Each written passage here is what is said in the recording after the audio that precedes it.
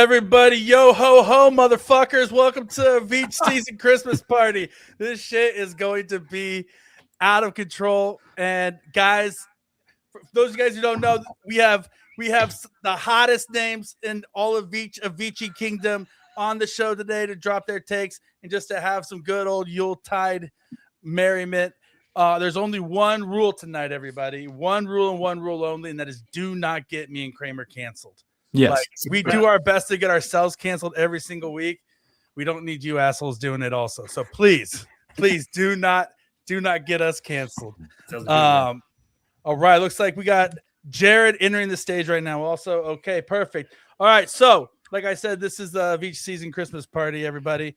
And so we are what we're gonna do first is we're gonna go around the board and we're just gonna kind of introduce ourselves. And here's what we're gonna do. This is like that icebreaker they make you do at corporate events where you say your name, your all-time favorite Chiefs player as a child, and then what's your Christmas wish for Santa Veach to bring to you next year, and then what's one thing you want the world to know about you. And Kramer, we're gonna skip you because everybody already knows about you, and we'll go in order, and we'll start out with James. Oh, and by the way, James Todd is our official legal correspondent here on VHC. He's big brain. I mean, there's Jared also here. He's big brain. Mm-hmm. I don't know about big brain. I'm keeping it together. I'll say it that. Yeah, as he said, I'm James. I've known. Well, maybe I'll have that as one thing that everyone should know. I'll just go. James, all-time favorite Chief from childhood. I'm going to go ahead since I am first and steal Derek Thomas because that was my hero growing up as a Kansas City Chief. Honorable mention would go to Eric Berry, but not really childhood. That was more like college or whatnot. My Christmas wish for Veach is for a right tackle. And I've texted about this with Rocky. Chiefs are going to be drafting in a more favorable place than they normally do. And there's a lot of positions they could use to upgrade, but I would like a right tackle, and let's just go Simmons and whoever we draft for the next 10 years, and we can spend all the rest of the time trying to figure out everything else. One thing that everybody should know about me is I have known Rocky for at least 20 years. I was just down there recently and saw him and his family, and he's a great friend of mine, known him for a long time, and I'm glad that he invited me onto his Christmas show. Don't believe him. Nothing he says about me is true. I am a degenerate, and that's all there's to say about it. But actually, James was with me Eric Berry's rookie year. We went to the training camp in St. Joe together, and Eric Berry gave his nephews his cleats after practice. Still have the shoes. Still have the shoes. And I wrote an article about it, a fan post and posted it on Arrowhead Pride, and that was my first article I ever wrote on Arrowhead Pride. And so the legend began. Yeah, wow. Eric Berry gave James his shoes, or James's nephews his shoes. All right, going around the horn here, kicking it over to Country Boy. Country Boy, tell us about you. Who was your favorite Chiefs player as a kid, and what's one thing you want the world to know about you, and what's your wish for Santa Veach? Okay, favorite player as a kid, Steve DeBerg, best play action passer in the league in history. I did switch to Brandon Flowers in my later years. That's my guy. For Christmas, a Veach wish for Christmas. I want the salary cap limit turned off. Just for 1 year. This, no limits this year. And then what was it? Something that everybody should know about me. Well, I am the only black guy in here, so I brought a little color to the show. Lifelong Chiefs fan. Kramer's wife refuses to come on the show. I can get her right now.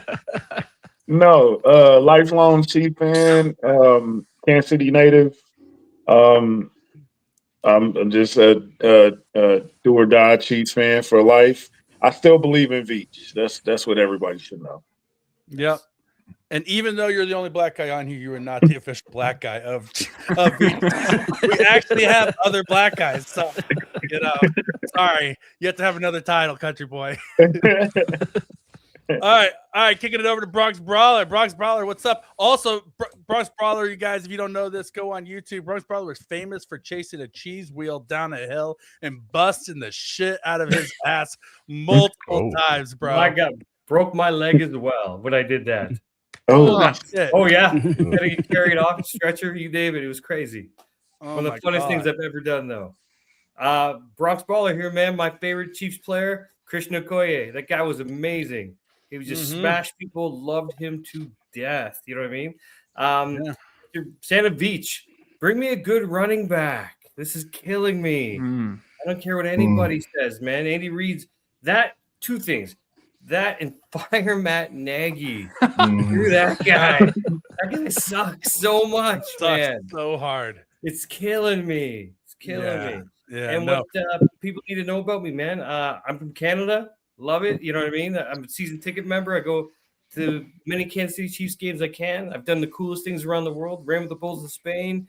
Did that. And you know what? At the end of the day, I think my favorite song, sir. Don't get me started already, boys. I'm already excited to be here. You don't need me going dark here and turn my camera off. I don't want to see Rocky's vinegar strokes right now. I'm good. Nobody wants to see the O face live with a bunch of dudes. Because listen, I already got a Sarah McLachlan thing. You don't want me to have like a what is this? Six white guys and one black guy fetish. Go with it, you know. Hey, I've been rocking Winter Song this season. I mean, there's also quite a few guys who are rocking the bald dome here on here too, you know, right? So I don't want to have like a bald bukkake fetish by the time this episode's over either. So we gotta be careful. I didn't realize I'd be in the top half of the people who have hair. Yeah. All right, we got Ron Kopp coming in the studio also, so I'm gonna go ahead and add him real quick, and then we're gonna kick it over to the other Brian. No, not Brian. The other Brian. I apologize. Jeez, Rocky. I am sorry. Jesus Christ, get your shit together, Magaña. All right, I pass it over to the Brian Senior. To what is your Christmas wish list from Veach? Tell us a little bit about yourself. Who is your childhood favorite Chiefs player? All right, so I'm Brian. My favorite player growing up is Derek Thomas. Nice. Couple things in my childhood about Derek Thomas.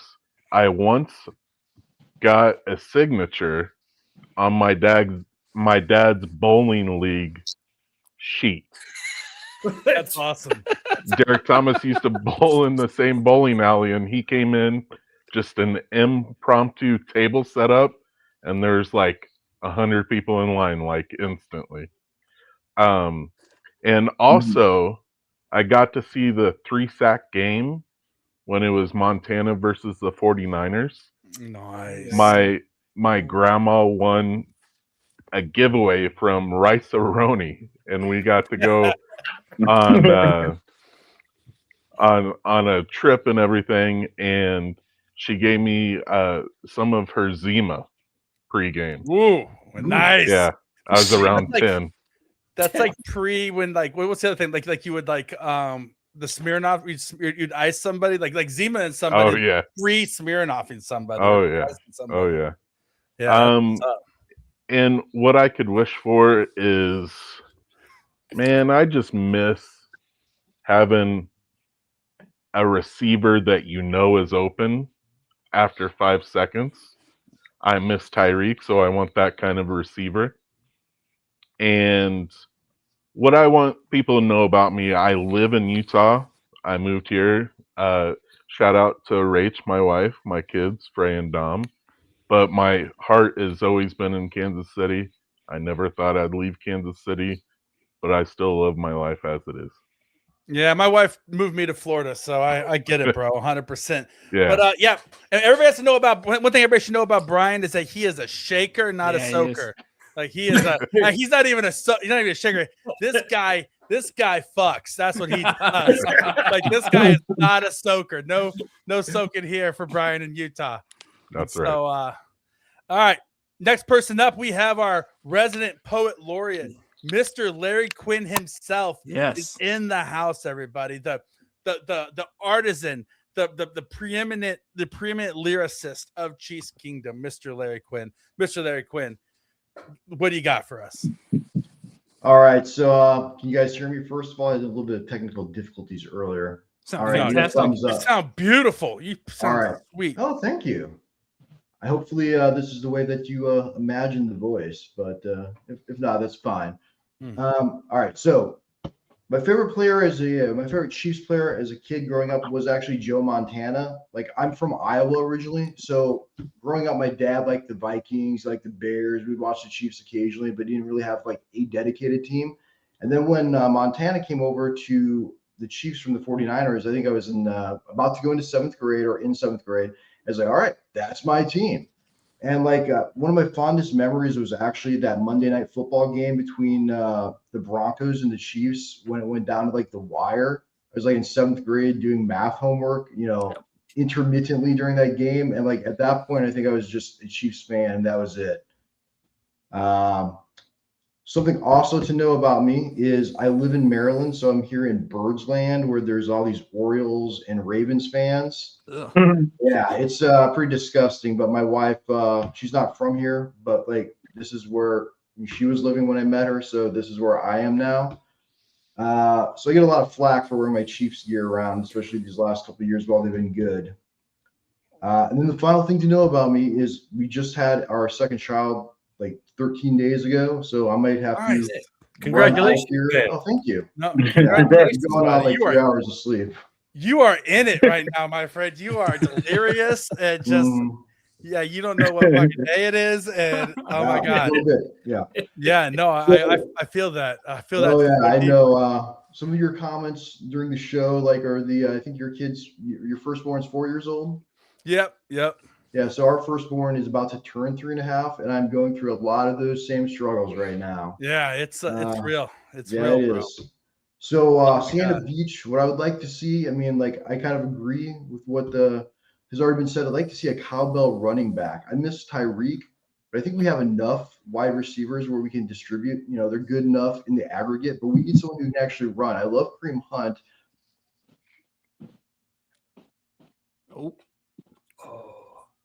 He froze up. No way. Yeah, he loved Kareem Hunt so much he got speechless. Are you back? He's back. All right, we're all back. Okay, he's back. All right, you said you love Kareem Hunt, but oh yeah, I love Kareem Hunt, but like at this point, he's old. Like last year, he's really good. This year, he's still getting that short yardage done. But we need someone who can like run for 4 and 5 or 6 yards at a time, and that's probably not Kareem, and that's probably not Pacheco either. So like Kareem Hunt. Go ahead. Yeah, it's like Kareem Hunt runs like Mahomes runs when he's going off that field with like that little old man shuffle that he does. But that's like Kareem Hunt in his top gear. Yeah. Yeah, I'd like to see the second coming of Jamal Charles. I mean, if we would have held on, if Kareem would have behaved, he would have been there for like the dynasty era, and he kind of got the last little taste of it. But yeah, we need someone fresh in the backfield. Yeah, 100%. I was just messaging Jared actually and Ron before we came on here talking about how, I don't know, guys, like I've been watching a lot of Jeremiah Love this week, and I'm drinking the Kool-Aid, and it is, he is a sexy man with the football in his hands. I can't help it. Larry, so growing up, I was a huge Iowa fan because I grew up in a wrestling household. And so I actually was a huge Hawkeyes fan, but because of Dan Gable and the Brands brothers they were like sacred names in our household growing up. And I was actually coming home from wrestling practice the night of that Monday Night Football game. And I remember getting home from wrestling practice and eating dinner and watching that game. And yeah, that was a hell of a game. Yeah, it was awesome. And Bronx, I'm going to pull it down. I got an autographed Corrier jersey hanging on my wall right now. So he's one of my favorite, dude. Nice, yeah, dude. For sure. All right, kicking it over to the other half of the Big Brain Trust of Veach season. James is the official legal correspondent, but now we have our official cap guru also with us tonight, Mr. Jared Sapp. Mr. Jared, welcome to the show, and then tell us your what your a little bit about yourself, who your favorite Chiefs player was as a kid, and what's your wish for Santa Veach this year? So I write with Rocky at Arrowhead Pride. This is the first year that it's kind of actually felt like a job and not just a fun hobby. Like it's feeling like a job these days. It's kind of starting to feel like I come home from my regular job and I'm still at work, but I wouldn't give it up. It's an honor. It's great to be able to do so. I live in Fort Worth, Texas. I'm originally from Joplin. Texas is a very weird spot to follow the Chiefs from because you have all the people. I'm so sick of the Chiefs. The Chiefs get all these calls, blah, blah. But then you also have all the Texas Tech people who love Patrick Mahomes. Anybody from East Texas has some kind of, well, Patrick Mahomes played my cousin's team back in whenever and did crazy stuff. So it's just kind of weird. My favorite Chiefs player growing up has been taken over and over again. It's Derek Thomas. I will say I've met Christian Okoye twice, and he's always seemed like a really cool dude at both events that I've met him at.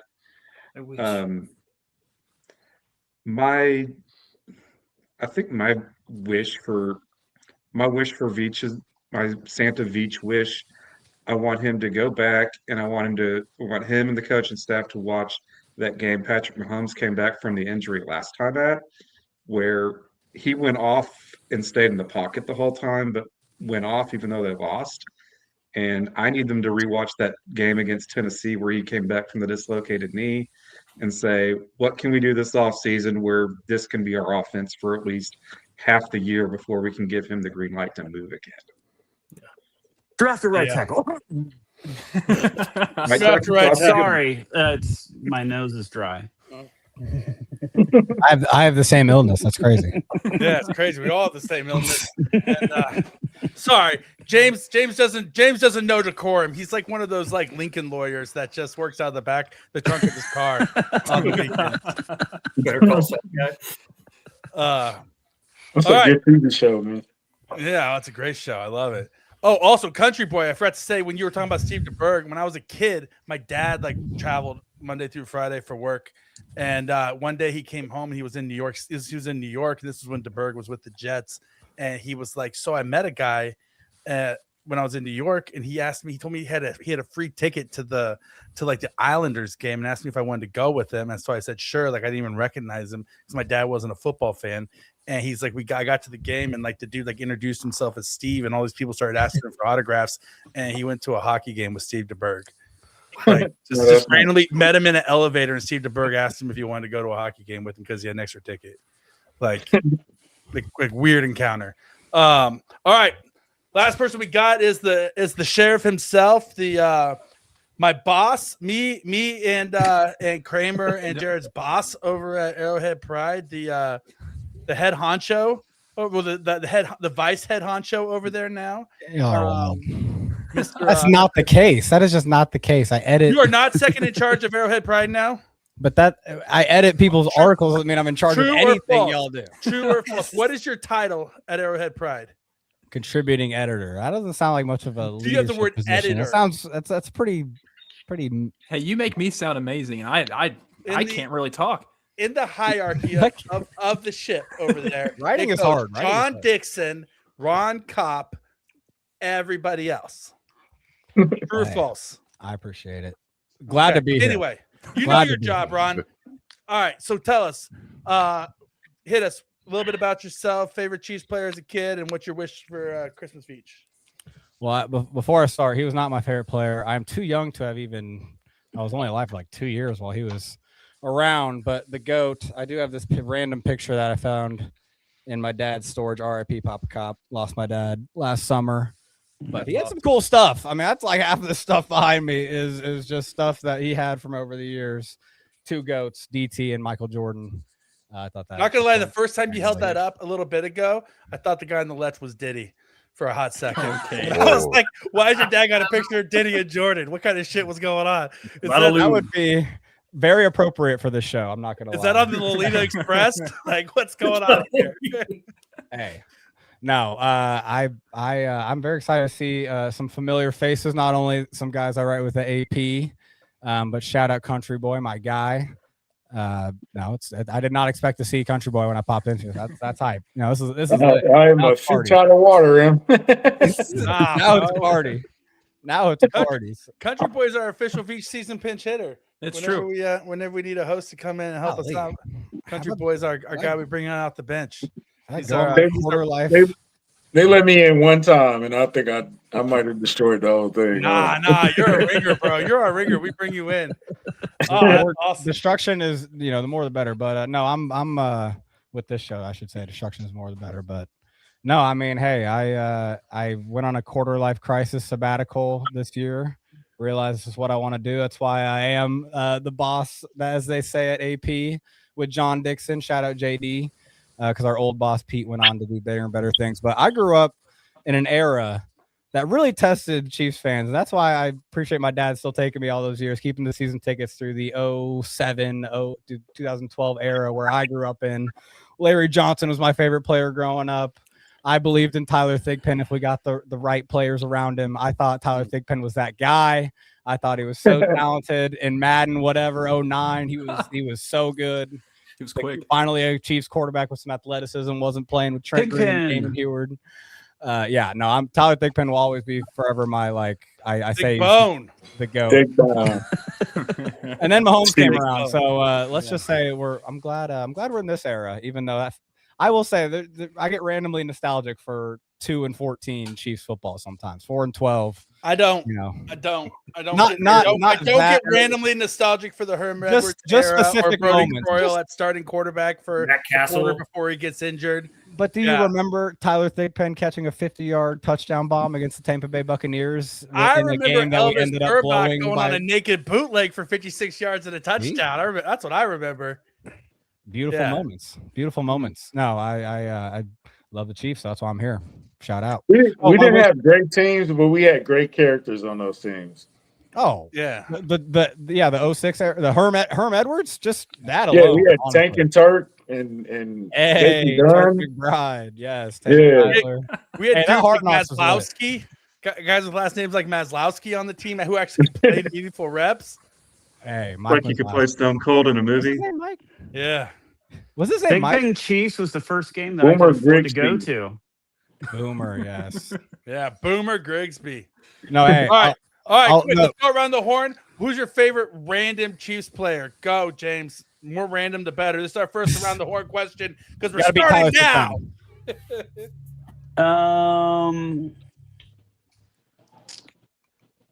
Yeah, 5 seconds. 5 seconds.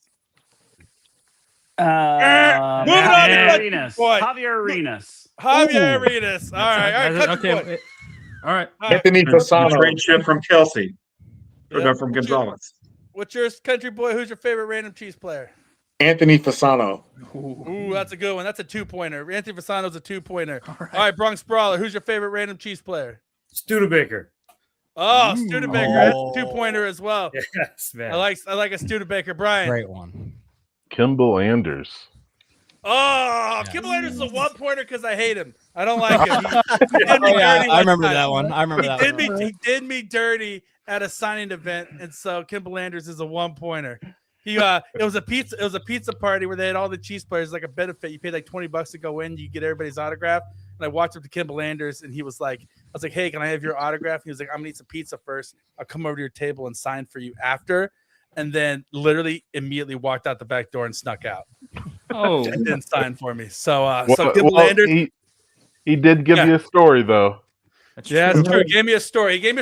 So, but it's a 1-pointer. I can't reward bad behavior. To give negative points. Yeah. No, well, I can't do that because Brian doesn't know the history, and he's got the same name as my dad. All right, Larry Quinn, favorite random Gerald Poe. Oh, deep cut. That's a 3, right? Oh, that's a 3. That's a 3. 3-point. All right, 3-pointer. 3-pointer from behind the arc for Mr. Larry Quinn. All right, Jared, hit us. Who's your favorite random Chiefs player? Donnell Bennett, because I got his autograph at the opening of a battery store in Joplin when I was in, I think, junior high. That's a 2-pointer. That is right there. 1.2 point. All right, Ron Kopp, who's your favorite random Chiefs player? Louisville great, the neat Colby Smith, running back. I think he went for like 150 plus against the Raiders one time randomly. Oh, Yeah, I don't like this guy. That's Heck, random. I'm not a big fan. Yeah, no, of I this guy. did that just for you, Kramer. Yeah, I did that just for you. 2-pointer. That's a 2-pointer for that one right there. That's a 2-pointer. All right. So right now that's our first question for Around the Horn, and I just kind of sprung that on everybody. So here we'll take a moment. Great. Just to kind of explain what we're gonna do. We're gonna go around the horn, kind of like that. There'll be some questions that are just straight up questions like this. There'll be some questions where we might divide you guys in teams and pitch you against each other and make you debate and hate each other. We'll see. We'll see how thirsty you want to get for the end of this whole thing.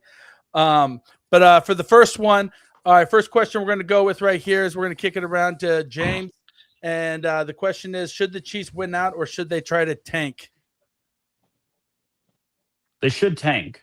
At this point, Mahomes is out.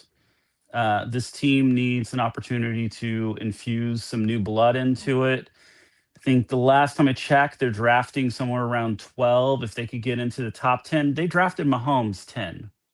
So if they can get to at least that, they have the opportunity to win in the draft and get some extra players and get ready for the new era. All right. Total of 2 points for James on that one. Kicking it over to Country Boy. Tank or no tank? I don't think you do either. I think you play as many young guys as you can, and we are never going to call it tanking. But if you don't win, I'm not going to be upset. Yeah, it's 2-pointer. All right, Bronx, you're up. Tank or no tank? Yeah, you can't call it tanking, but you got to tank. What you have to do is you have to play Ashton Gelati as much as you can to see what he's got. You've got to, you got to get the young running back in there to see if he could actually play or not. You got to shut down Worthy, get him healthy, have him surgery early so he's healthy for the actual next season, right? Tank, play all these young players, see what you got so you can draft properly next year. Awesome. Kicking over to Brian. Brian, tank or no tank? Well, first off, you can't call it tanking. I agree, but I would say get weird with it, man. Try new stuff. Try a new playbook. Try Rashard at wide receiver. See if he can be like a Taysom Hill type player. Just get weird with it. That's what's up. All right, Mr. Larry, tank or no tank? Well, I don't want to call it tanking, but I agree with what's been said. We need to play the rookies and get them some experience. I mean, Andy Reid usually lets the rookies play the last game of the year when it's meaningless. Well, these last 3 games are going to be meaningless at this point. I mean, the Royals did it a couple of years ago. Like, we do evaluation. I mean, I want to see Jalen Royals out there. I want to see if he can actually, catch a ball or not. And, if we get a higher draft pick out of it, so be it. That's what's up. All right. Can I interrupt real quick? Go for it. All right. Yeah, who cares? Can we please just beat the Broncos though? I don't and the Raiders. We got to beat the Raiders. You got to beat the Raiders. Yeah, please. No, actually, guys, I have a fucking show with the Raiders losing. It'd be great for the Raiders to lose because there's a great chance that number 1 overall seed coming to my side of things. That'd be great. If they don't lose the Raiders, you got to be relegated to like XFL. Yeah. All right, Jared, tank or no tank? Definitely tank. I think the Chiefs are going to. I think there's a lot of name players on the Chiefs that I don't think are going to play again this year that came out injured from that game Sunday. I don't think you're going to see Chris Jones again. I mean, he clearly has a hamstring injury. I don't think they have to tank. I think Tennessee's going to roll on Sunday. I think the Chiefs will try to put up a fight against the Broncos, especially if it's Kelsey's last home game. But the Broncos are probably going to roll on the Chiefs. I think the Raiders are going to out-tank. I think the Chiefs can try to tank, and I think the Raiders will out-tank them. I think the Raiders will punt. I think the Raiders will punt on first down level tank. Awesome. All right, Ron. All right, close us out on this question. Tank or no tank Chiefs? Hey, I'll tell you, I don't think they really have a choice in terms of they're going to lose games. They're going to go 1-2. They're going to beat the Raiders just because of what y'all said, but they can try all they want. Have y'all seen the offensive line that Pat was, overcoming because he's Patrick Mahomes? The running game is non-existent, so that's not going to change just because there's a new quarterback. Like, that's built into the foundation of this offense. I really think it's going to look like that last Week 18 game last year. I know that was all backups, when they lost 38-0. I'm not saying it's not going to be 38-0, but they're not going to have a choice. They're going to lose those 2 games besides the Raiders, in my opinion, no matter how hard they try. All right. Good. Can I throw something else on there real quick? Go for it. Yeah, sure. I think we're going to find out just how good and important Patrick Mahomes is. How much has he been holding this team together? It could get very ugly. The Chiefs had an international pathway player playing right tackle last game. A guy who didn't even know what football was until somebody came He still and wasn't said, their hey, worst you're lineman. really tall. You're tall and big. You want to And play lost by 3 points to a team that's going to the playoffs. Yeah. Can I make another amendment? Let's look really good against the Titans so they can hire Matt Nagy, and then we can lose the rest of the game. There we go. Hey, that's points. That's a point. That's a Another one on there. All right. Give another point. All right. And so score update after the first couple of them. We have 4 guys tied for 5 with 5 points. That is Country Boy, Bronx Baller, Larry, Jared. Those are the 4 tied. Ron, you're sitting at 3. Brian, you're sitting at 3. James, you're sitting at 4 at the moment. All right. Well, let's pick it up, boys. All right. Nice. This time I'm going to go with a random one because it's not fair to let James start with every single question each time. And so this time I'm gonna randomly go through the list and just kind of hit you guys and see where we're at on it. All right. What should the Chiefs do with their coaching staff this time? We're gonna throw it to Bronx Brawler first on this one. Blow it all up. You got to keep Andy Reid. That's cool. Tobe out. Nagy out. You got to get a young, fresh mind in there. The special teams have been garbage all year. The offense has been garbage. If you could actually see the line where the enemy left, Nagy took over and they went straight down. I wouldn't touch anything with the defense. Spagnuolo is amazing still. Look what they've done without Trent McDuffie. So you just got to blow it up.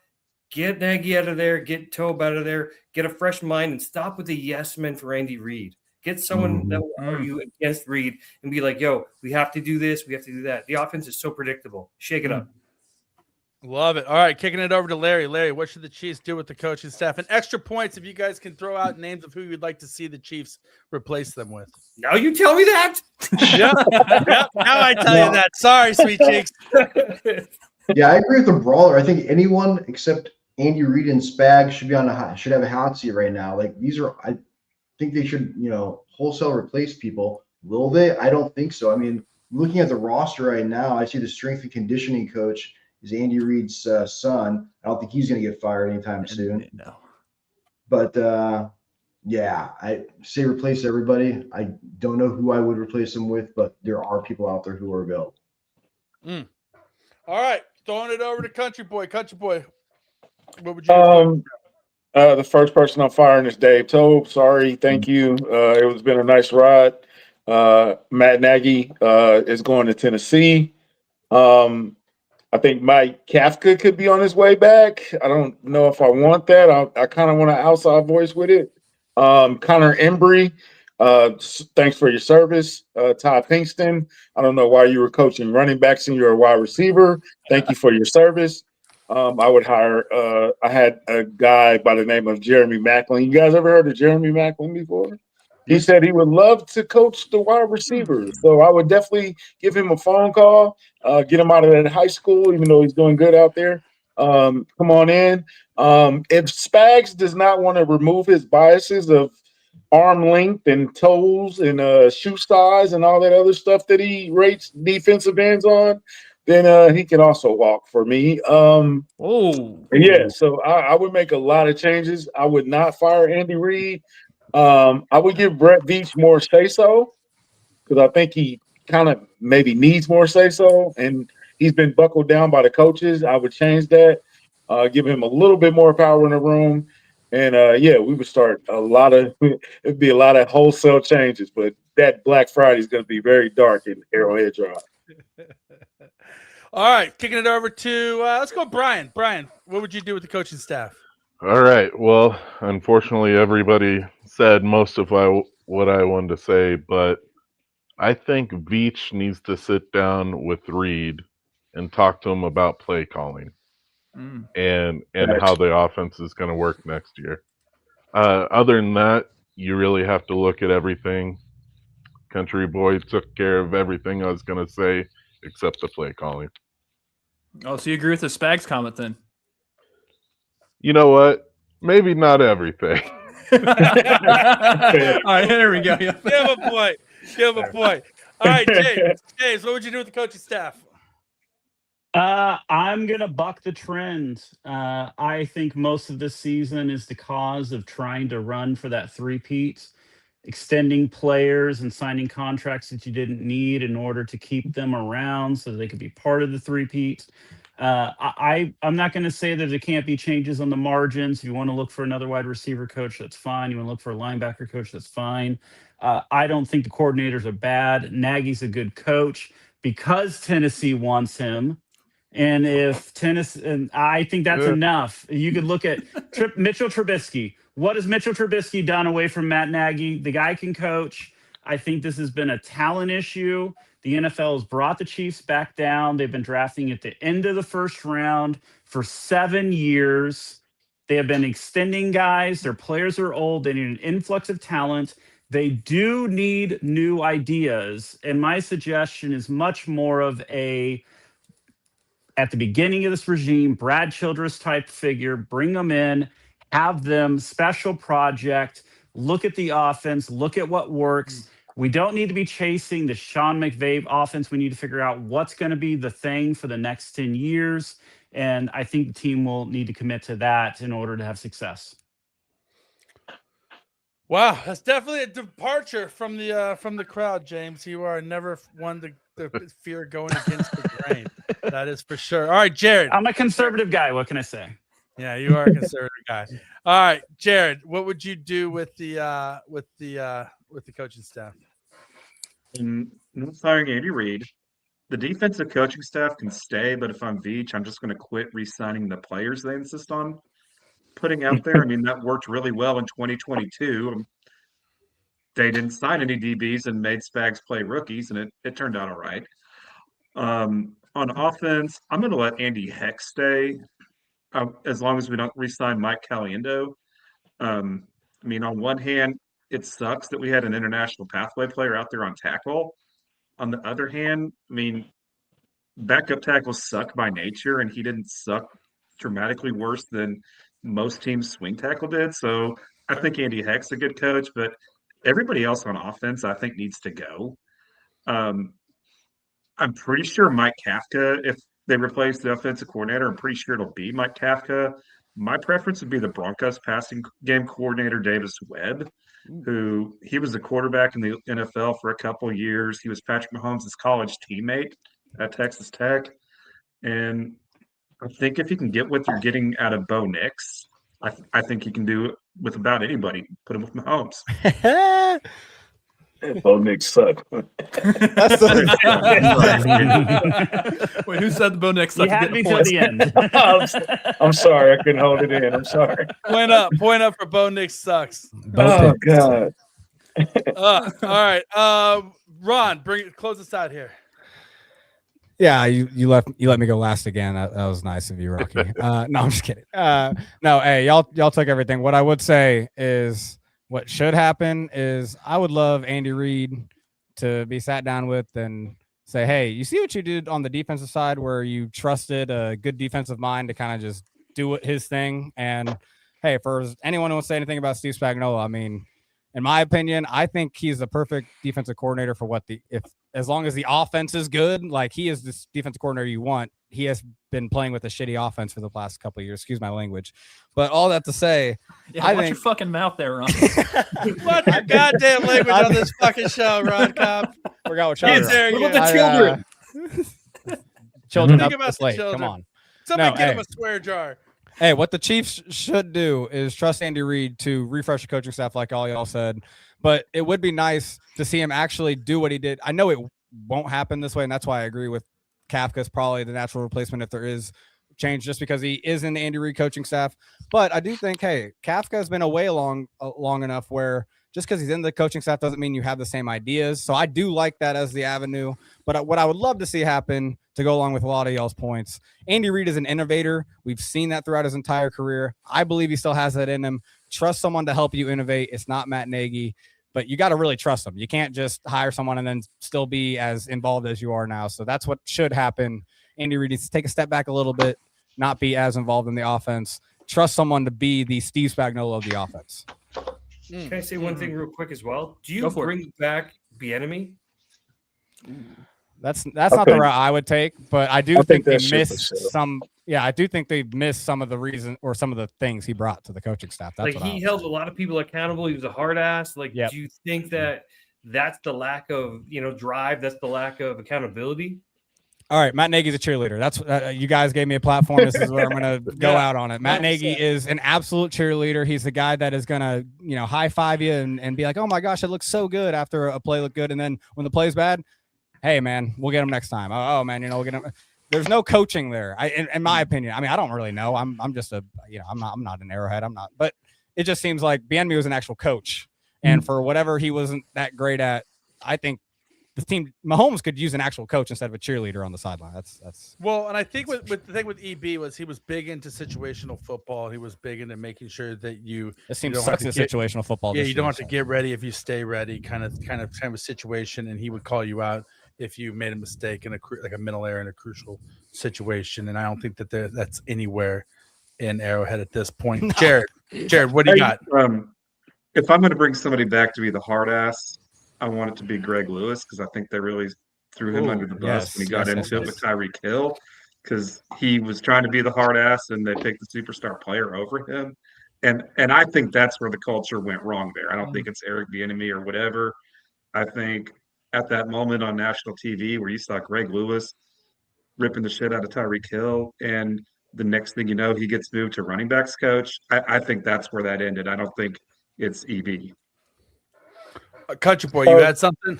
I was going to say Eric Bieniemy is a classic case of you never know what you got till it's gone.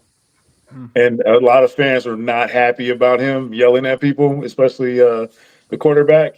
And now they're like, man, can we get somebody to yell at the quarterback, please? Yep, James. I remember watching Eric Bieniemy at Colorado. He was a great running back. He's a great running back coach. I don't want him back as offensive coordinator. And the problem is the talent. The guys, we don't know. The guys aren't running the routes. The guys aren't getting open. We can have whatever offensive coordinator. We got to upgrade the talent. We got to upgrade the wide receiver room. We got to have better protection. Patrick Mahomes has been hit as much as or more than any other quarterback in the NFL in the last 2 years. Period. You have to protect him. You have to give him time. You have to give guys who can get open. Doesn't matter who the offense coordinator is otherwise. But would they look better with better coaching, though? No, they can't get open. I think there's talent there. I don't know if they're coached properly. What was that, Bronx? Like the mental errors, like Rice has had, Kelsey, all the drops and everything. Like no one's ripped into him. Like you don't think someone needs to be ripped into and be like, "Yo, man, you're a professional football player. Catch the fucking ball." Yeah. I mean. Honestly, anybody who's been in professional sports, like if you're gonna make mental errors like that, then you kind of expect that somebody to hold you accountable and be like, listen, like what the fuck are you doing? In football, growing up, if you did something stupid, your coach would be like, what the fuck are you doing? I mean, maybe it's the wrestling culture I grew up in where, I had coaches dropping F-bombs when I was like 6 years old, but I definitely I respect James's take because, I mean, we've seen this team succeed with this exact same coaching staff the last 3 years. So but I think the main point of the gripe that I think it's hard to get to, but the point is that the offense puts everything on the players. The entire offense is all the quarterback reading stuff post play, pretty much. The offensive lineman having to read what's about, the RPO run game being your base play. Like your offensive line's never firing out. The play calling is really not helping the players as much as you see around the NFL. There's so many just easy button plays that happen that we don't see as much in Kansas City anymore. But to James's point, I think if the players do execute this offense better and don't have the drops, don't have the dumb penalties, all that, we may not be complaining about anything. So it is kind of tough, man. I respect James's point for standing on that hill. What's up, Jared? Jared, what's up? Rashee Rice absolutely needs to be held accountable for his drops. They're terrible. On the other hand, the scheme right now is terrible, and he comes back and they put so much on film with him. And part of why I think he's dropping the ball is it's very clear all 11 defenders know exactly where he's going to be and when they're going to throw the ball to him. and he's on a surgically repaired knee too. And I think he's literally getting put in a position where he's going to get killed if he's holding on to those balls. Like the last 2 weeks, it's been clear. It's on tape. They know exactly what you want to do with Rashee Rice. And if we take him out hard while he's trying to catch the ball a couple times, then we're really going to get in his head. The drops are on him. He's not doing his job. They're also not coming up with anything new for him.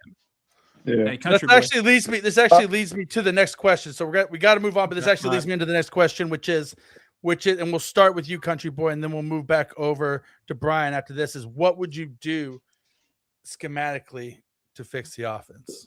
Okay, that fits into what I was just about to say. I think that we serve chocolate cake every day, 7 days a week. Love it. And I would like a cobbler one day. I would love a pie. I would love a pudding, a parfait. Like we have no variety. We just serve Listen, chocolate eat your cake every day. goddamn veggies at least once in a while, too. Like it's like, what are we having for dessert? Chocolate cake. Like the same chocolate cake. We don't have German chocolate cake. We don't have any variety with it. And it just, I think people have got it full of chocolate cake. And everybody knows we're going to do that every week. The plays are predictable. The scheme looks predictable. The defenders are beating our wide receivers to the breaks because they know where to be. It's just Rashee Rice is getting killed on every play because I know he's going to be right there on the hash. I just think we keep serving chocolate cake every day, and the league is caught up to it. So we got to mix in something else. We got to mix in a cheesecake every once in a while or something. Yeah. All right, Brian, what would you do schematically differently to fix the offense? So I think they need to reset. I mean, everybody knows what the Chiefs are. Running back, they know where we're gonna run it, and they know receivers are zone beaters. And everybody in the league has done their defense, offense, drafted to beat Kansas City. You need to adjust to the adjustments. 100%. 2 points for that last piece. All right, moving over here. Let's go with Larry on that one. What would you do schematically to fix the offense? I agree with what's been said. I mean, I would balance it out. Like this year when we've had success, we were running the ball far more frequently than we had in the past. Like a lot of our passing game, it worked a few years ago, but as has been said, like teams have adjusted to it. And kind of go back to some of the earlier questions, like either no one seems to be held accountable for like some of the situational mental errors, or we're just calling bad plays. Like most of the interceptions that Mahomes has had this year, he's throwing deep when he doesn't need to. And I don't know if no one can get open or if he's just pressing every time because, the rest of the offense isn't pulling their weight. But we really need to balance it out. That involves drafting a cowbell running back, or at least, guys who are decent and can be running back 1, 2, and 3 if necessary, rotate them in there. And then once we do that, then we can, put the gadget plays in once in a while. But this year, it's like, it's the same thing we've been doing, and we haven't had wide receivers to do it because Tyreek's gone and everyone else seems to be hurt, or we're being way too cute and it's not working out anymore. 100%. Oh, I couldn't agree with you more. Hey, let's go to Ron. No, let's go to Ron this time. Let's not let Ron go last. I got you, Ron. Well, I just didn't want Ron to steal every single one of the points. I'll be quick. Let's see how good or bad it is. I have one very simple thing. Because you said scheme, so I think I'll stick to scheme. Simply go under center more, run from under center more, pass from under center more. I think there is something to how the NFL or football has evolved, the football world, like people developing in football. Everyone plays 7-on-7 now. Everyone knows what everyone is. Defensive players are used to facing shotgun. What they're not used to anymore is facing offenses under center. It's the little tiny things that put defenders in conflict. And I think when you go under center now, and that's why you see good offenses do it, is because it does put these 7-on-7 defenders, growing up in conflict a little more than shotgun. And it helps the run game. Oh my God. You see Mitchell Schwartz talk about it over and over, how the run game could just simply be helped by not running these stupid shotgun outside zones that the running backs have no chance because it's the worst angle ever for a running back to take. Anyway, that's But I the said it running was going to back be quick, also and then I has just to, not hit that blocker. Well, and it's crazy is Right. that up talent's until a big part of it too. Mm-hmm. up until Andy lost to the Pats in the Super Bowl with the Eagles, he was running like 98% under center and never ran shotgun. And Right, then and then he flipped. Then he flipped to like all shotgun because their middle linebackers blitzed the shit out of him up the middle. He And was in McNabb the couldn't get pistol ball with out. Alex for a while. We would run pistol with Alex all the time. Yeah. All right, running up to James. James, where you at? What would you do to schematically to fix the offense? I'm gonna be a broken record. I don't think the scheme is as far off as it appears. I think it's a talent level. I think when you think of 2022 and what is missing, it's in 2022 you had a Travis Kelce who could win. We don't have somebody who can win. We keep talking about needing players who can win. Rasheed Rice can play. He's limited. Xavier Worthy can play. He's limited. We need somebody else who can do that. There's some scheme things we could do. We need to change up the blocking scheme on the offensive line. The Philadelphia Eagles have certainly put together a playbook. This is how you defend the Chiefs. There need to be adjustments made, but I don't think it's drastic adjustments. I think the biggest concern for the Chiefs is an upgrade in talent. All right, close us out, Jared, on this one. Schematically, what would you do to fix the or no, Bronx, we didn't go to you yet either, did we? No worries. Might be a hot take, but I never want to see an RPO again.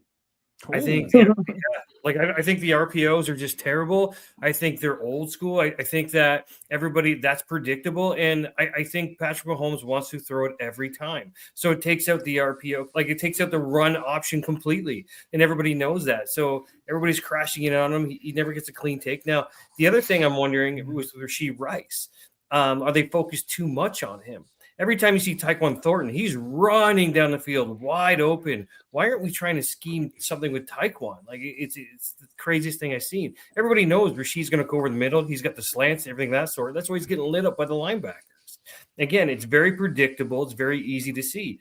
And I think that's what we need to change. I think in general, go see what Tyquan's doing. Get rid of the RPO, be under center, and just change up everything. Blow it up. Get rid of, that offensive coordinator, Nagy. I don't care what anybody says. I'll die on that hill. All right, Jared, what would you do to fix the scheme? I mean, I don't think they have a whole lot of choice. I would still take Mahomes over the field if I'm guessing who the week 1 starter will be. I mean, I'd probably say 60% Mahomes, 40% someone else. He's not going to be running any RPOs probably in the first half of the season. It's just not going to be able to happen. I mean, I don't think it's that complicated. They need a run game that actually scares people. And I know they love your wide receiver has to be able to do this, this, and this to get on the field. You're got a quarterback who's going to be limited in the pocket. You got to find somebody just to be an X receiver, not I'm going to be an X receiver, but I'm going to go in motion. No, you need somebody who, if the protection breaks down, can win 8 yards down the field really fast. And if you're not going to do that, don't bring your quarterback back from a knee injury next year. Can I say one thing? Can I say one thing? And I know we really don't love to criticize Patrick Mahomes, but I would love for Patrick Mahomes to maybe trust the line just a little bit more sometimes. Yeah. He's going to get there now that he has Simmons. Yeah, he might not have a choice. He's going to get there now that he has Simmons, man. We underrated part of this year is getting the left tackle figured out. That's 100%. He's gonna get that trust down the rest of his career, I think. Wasn't he a D? Underrated issue of the year is how little left tackle is played. Yeah, 100%. Underrated issue of the year. I'm still the Simmons. I'm still saying it's a C minus. That's why Kramer tried giving Josh Simmons a C. I thought it was a G draft grade. Terrible. Jesus. I don't see it like you guys. I want to see him on the field each and every single week. Is he? No. That is totally fair. When he was on, he was on though. Yeah, when he was there. He was there. And you have to admit that because he is the best left tackle I've ever seen play talent-wise, just watching a player play. But you I'm can't not play going to half the season. It's ridiculous. All right, we got 2 more questions. The first, we're gonna this quarterback question is gonna kind of lead right into it. What should the Chiefs do in the offseason at quarterback as a safety net? against Mahomes maybe not being ready week 1. Let's go with on this one. I don't think we've started with Jared yet, so let's start with Jared. I don't think we can answer this until we see what Gardner Minshew does. I mean, I think he's going to play better than Carson Wentz did week 18. Are you going to go out and guarantee a whole lot of money to a backup quarterback? Because if you need them for very much of the season, you might as well just be tanking for next year too. I think it'll be Gardner Minshew because I think they're going to trust him to run the offense and get any rookies acclimated. So I'm not really thinking that much about it. I think Gardner Minshew would have to be really bad not to be the person who's running the show for the offseason. But what would you guys want to see, right? Do you want to see Gardner Minshew, or do you think that there's a better option? I want Mike Kafka to come back and bring Jameis Winston.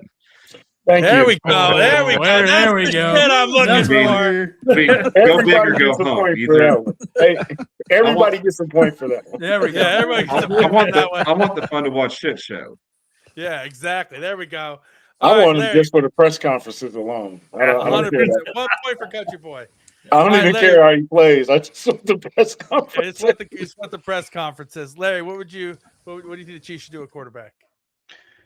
Yeah, I mean, I think Gardner Minshew should work out. I mean, he was good in 23. He made the Pro Bowl. I mean, he wasn't so good last year, but we got 3 games left to see. I mean, if he's good, like, that's good enough. If he sucks, then we got to find someone who's a little bit better. All right, kicking it over to Brian. Brian, what would you do? So I think Patrick does well with older players that won more with their mind than their talent. And in spirit with Phillip Rivers, Alex Smith. Honestly. Whoa. I think he Does is he have so a bionic good. leg? Yeah, I think Patrick Mahomes is so good because Alex was a willing coach the entire first year. I mean, you see all the videos where he would go and sit down, and instead of him learning on the fly about the game, he is teaching Patrick on the fly how to be an NFL quarterback. So that's who I would want. Make him our quarterback coach. Bring back Jeremy Maclin as the wide receiver coach. Make Alex Smith our quarterback coach. All right, Bronx, what should the Chiefs do at quarterback? Well, if we're going dream worlds here, right? What's Kirk Cousins doing? Like, why not? Like, I get it, like the $100 million contract, everything that's up. Like, let's take all that off the side. But Kirk Cousins, cerebral guy, he's still not bad. Like, if you need a patch, that's your patch. I don't trust in Gardner Minshew. Look what he did with the Raiders. Get out of here. They're garbage. You know what I mean? So if you're looking at it, there's got to be somebody out there. Like, you know, right now, Jacoby Brissett what's he doing next year? You know, on the Cardinals. There's so many other options out there that I don't think Minshew is the option. You know, I think we wait and see. Coming from an ACL, Mahomes might be ready week 1, maybe not, but you know, just in case things go sideways, you have to bring someone. Unless you're going to tank the whole season, that's the thing. If you're going to tank next year, stick with Gardner. I mean, then you could end up with Jeremiah Smith at wide receiver, and that would not be horrible for the Chiefs. One extra point up for Bronx. James, what do you think the Chiefs should do at quarterback, and extra points if you insult Kramer's Raiders in a way? The more you insult them, the more points you get. Gosh, well, I'll work on the Raiders insult. I had a list of names and I was writing them down. I was thinking, what? Tommy DeVito, wouldn't that be fun? Joe Flacco, a guy who could come here, veteran, big arm, pocket passer. Let's set that offense on that type of path. But I came up with, what would Andy Reid bring in? What would be somebody fun? What would be an exciting first 4 weeks of the season? Anthony Richardson. Colts cut him this offseason. No. Chiefs bring him in. He gets under a whole offseason of Andy Reid, gets the opportunity to spend 4 weeks, rebuild his career. Exciting, big runs, big passes, big interceptions. Chiefs start 2-2, and the Chiefs get Mahomes takes over from there. Oh, I love it. Actually, I like the Anthony Richardson. I'll give him another. I can't give him the points to Anthony Richardson. He's got an orbital fracture. He can't see. Like, he had a terrible injury to where, like, I'm hoping he makes it back to actually play this year or for next season. But I don't know if that's even the case. All you got to do is contact Tom Brady and his little cloning company and just get a new eyeball made. Like, it's you have to you can't just clone a new eyeball. Like, Tom Brady isn't half cloned body parts at this point in his life. All right. Who's left? Country boy. What would you do in extra points if you insult the Raiders? Oh, the Raiders. Jesus Christ. They have the oldest coach in the league, right? How old is Pete Carroll? 74. 70. Jesus. 74 going on 90. He's the oldest coach in the league for about 3 more weeks. You know what would be funny? Speaking of Raiders, speaking of quarterback in the Raiders, it would be fun just to take Geno Smith from the Raiders and then show him how he really plays, and then win. That would be hilarious to teach him how to be a real quarterback, and just they have to watch him every day. I love that. Larry? Did you get on the quarterback? Yeah, I did. I said let's see how Minshew does for the rest of the season, and then go from there. What's Derek Carr up to? What's Derek Carr? What is Derek Carr up to? I would throw up immediately or I might buy a jersey. Who knows? We'll see if it does happen or not. Hey, Ron needs to go. No, let me give you my since everyone is giving out, scenarios we might want to see. Let me give the nightmare scenario. If Kafka comes, and it's not Jameis Winston that comes along Russell with Wilson, but Russell Wilson comes in as the vet QB. No, I know. I don't think that would ever happen. But imagine having to root for Russell Wilson on your football. That's right. That would actually be a nightmare, absolute terrible scenario. What is like Tyrod Taylor? Hey, wait a minute. Sierra at the games would be a plus. Hey, there we go. All right. Point up for Sierra at the games. Good point. There we go. No, I don't think that would actually happen, but it would be that'd be the disgusting. Worst case scenario. Yeah. God, I would literally I don't know what I'd do. I would just Russell have to Wilson. quit. I would quit. So I'd quit. I had to quit Arrowhead Pride, Ron. I'm like, I can't cover Russell Wilson on a week-to-week basis. It's against my I'll tell you what, the Madden simulations would be so annoying to him throwing them damn moon balls, because whenever I do those Madden simulations, it doesn't fail. Like, he will throw a moon ball 4 different times during those sims, and it's like Madden knows something that we all know too. Hey, Taekwon, stock up if Russell Wilson is on. Taekwon, stock up. Literally, go out and get Deuce Robinson from Florida State. Get a 6'6" wide receiver with long arms, because I just said do nothing but jump balls. All right, last question of around the horn before this is your last chance to earn points. And so the more outlandish, the better. What should the Chiefs do with their first round draft pick in the draft? Who do you want them to take? Let's start with Larry.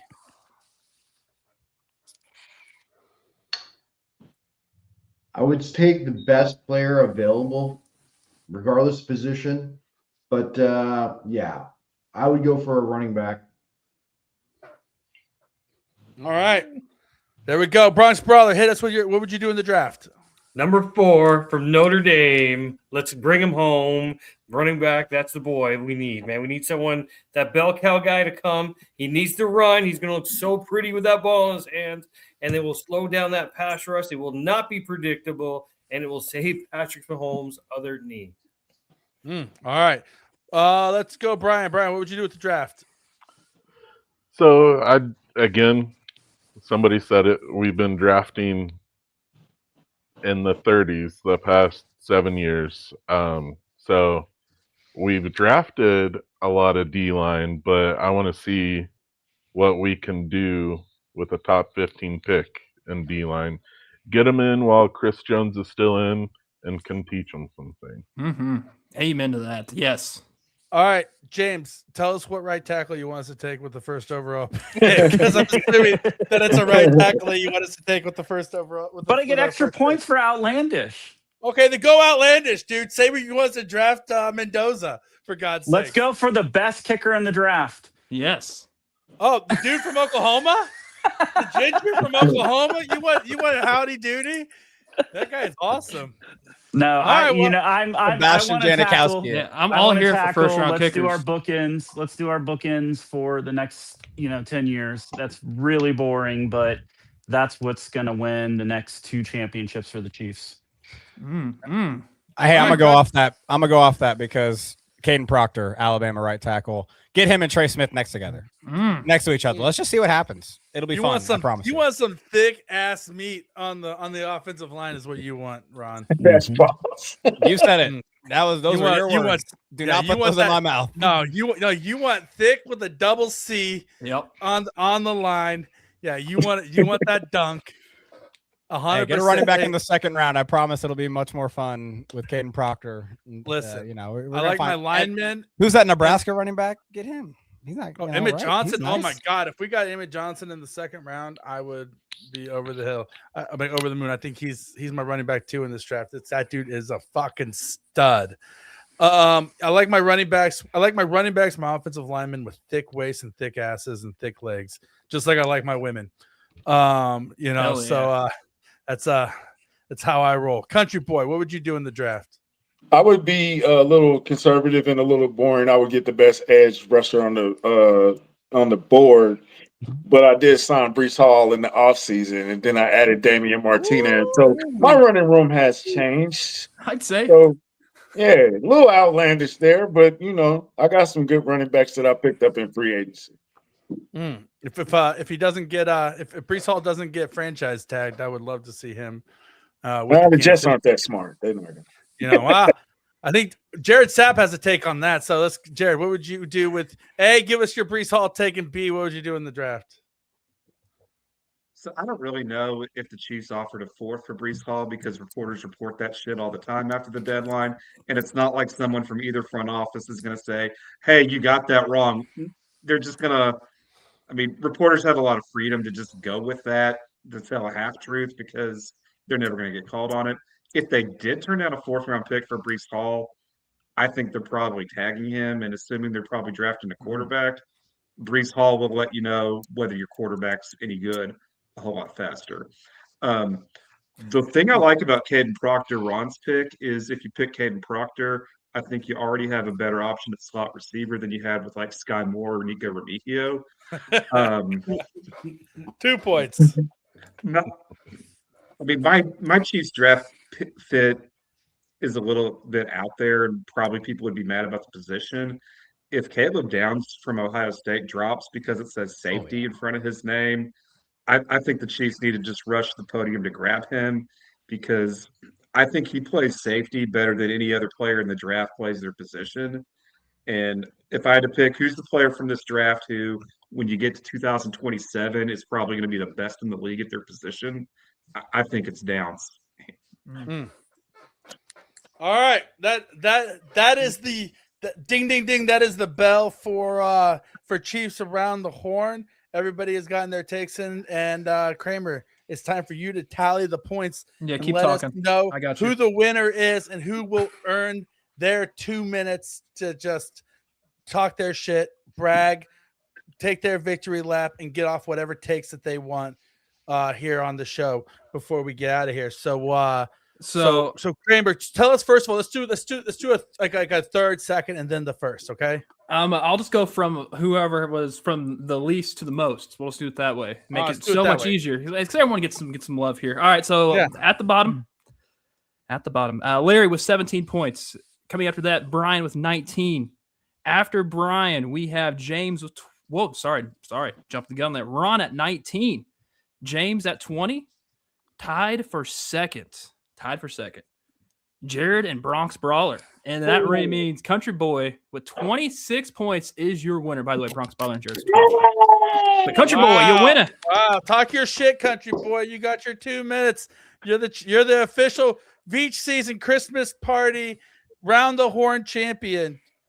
Take your moment in the sun, Raw my dog man. of the week. This is with no preparation. So I would say secretly, I think Patrick Mahomes getting hurt is probably one of the worst things that happened, but it might be a blessing in disguise. It may force change. that you've been needing, that you've been band-aiding, you've been covering, you put Neosporin on it. It just never healed properly. So finally, you get the rip the rubber band off, let it heal properly, change his offense, change some of the voices, change some of the schemes, add some juice, add some new energy to the building. If he has to sit out for a couple of games, that's good for you. Learn to develop this new skill and new offense and add some juice to the room. And I think when Patrick Holmes comes back, he's going to be very hell-bent on reclaiming his throne. Also, if Josh Allen does not win the Super Bowl this year, I do not want to hear anything about Josh Allen and Pat Mahomes in the same conversation ever again in life. You've had your chance. This is your only chance, Josh. Go win the Super Bowl. If you do not come home with that trophy, don't come home. All right, Country Boy, you are a raw dog of the week, my friend. Okay. Hey, so like and subscribe my podcast, Kingdom Cast. Yeah. There you go. Kingdom Cast, like and subscribe, Country Boys podcast, Kingdom Cast. Is this Winfred also, Marcellus? What's the music? Yeah, no, that's our raw dog of the week, buddy. That's our raw dog of the week. Okay. We also have our Bronx Brawler music here. Bronx Brawler.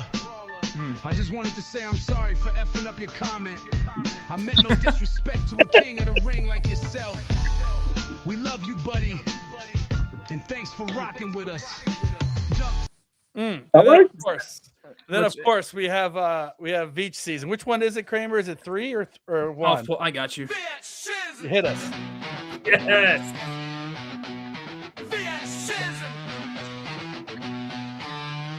Time to hunt. Badge season.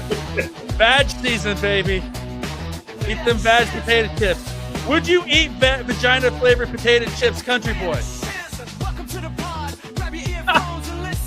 Yes? Yes? Yeah. All right. That's the right answer. I mean, yes is the right answer. If you would not eat vagina flavored potato chips, I don't know what to do with you. But they do exist. They do exist. We found them. That's good stuff. All right. Well, everybody, I would just like to say thank you very much. Hey, hold on. What? I have to ask Larry something. Larry, do we do you justice with our poems that we sing to you? Shit, yeah. Yeah. The only thing I was disappointed was I never heard the Britney Spears one, but I think Serta, didn't want to get copyright sued or anything. I think so. But yeah, you guys do a great job with material. Thank you. Appreciate that. We appreciate you, though. I'm sorry that the man censored you, Larry. How dare they? Serta, he's so corporate these days. He did not. By the way, boys, he did not want to attend at all. Yeah, he literally he sent the invitation straight back to us and said, "No, I'm good." It came back. It came back. Returned to sender. You're gonna probably kill the mood anyway. He's been kind of a downer the last couple of days. Yeah, he's. It seems like he's been crying a lot. He has. He has been crying a lot. He's been going through it. Especially with the Mahomes injury, and then I wasn't there on the last post game show to lift his spirits because I was on a Polar Express train with my kids in Sarasota. Because when you think of Polar Express, you think of fucking Sarasota, Florida. That's what I always thought.